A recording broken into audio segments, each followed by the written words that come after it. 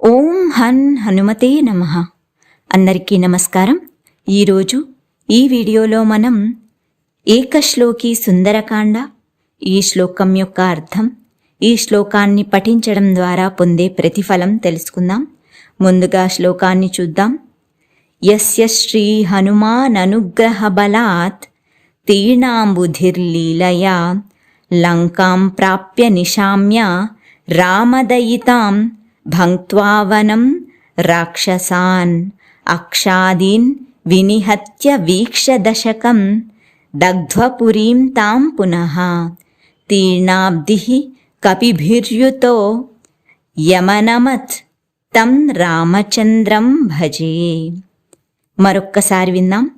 యస్య శ్రీ హనుమాన్ అనుగ్రహ బలాత్ తీర్ణాంబుధిర్లీలయా లంకాం ప్రాప్య నిశామ్య రామదయితాం భంక్త్వా వనం రాక్షసాన్ అక్షాదీన్ వినిహత్య వీక్ష దశకం దగ్ధ్వా పురీం తాం పునః తీర్ణాబ్ధిః కపిభిర్యుతో యమనమత్ తం రామచంద్రం భజే. అనగా శ్రీరాముని ఆశీర్వాద బలంతో హనుమంతుడు సముద్రాన్ని దాటి లంకను చేరుకొనెను.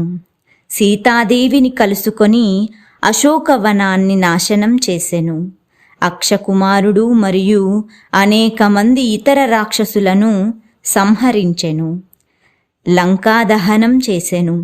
మరల సముద్రాన్ని దాటి వచ్చి పర్వత శ్రేణులలో ఉన్న వానర సైన్యాన్ని తీసుకొని వచ్చి శ్రీరాముని యొక్క పాదపద్మములకు నమస్కరించెను. శ్రీరామచంద్రుని గొప్ప మహిమను నలుదిక్కులకు యుగయుగాలకు చాటి చెప్పెను. ఇప్పుడు ఈ శ్లోకాన్ని పఠించడం ద్వారా పొందే ప్రతిఫలాన్ని చూద్దాం. ఈ ఏకశ్లోకి సుందరకాండను శ్రద్ధతో చదివినా లేదా వినినా సంపూర్ణ సుందరకాండ చదివినా లేదా వినినంత ఫలితం లభించును. సుందరకాండ పఠనం చేయడం ద్వారా దుష్టశక్తుల దుష్ప్రభావాలు తొలగిపోవును. ఆటంకములు తొలగి అనుకూలత ఏర్పడును. సంతోషము మరియు శ్రేయస్సు కలుగును. ఎటువంటి క్లిష్ట పరిస్థితుల నుండైనా బయటపడే మనోధైర్యం వృద్ధి చెందును. ఆర్థిక ఇబ్బందులు నెమ్మదించును మరియు అన్ని రకాల అనారోగ్యాలు నశించి ఆరోగ్యాన్ని పొందెదరు. ఇంతటి మహత్తరమైన ఈ శ్లోకాన్ని అందరూ ప్రతినిత్యం వినడం లేదా చదవడం ద్వారా మంచి ఫలితాలను పొందెదరుగాక.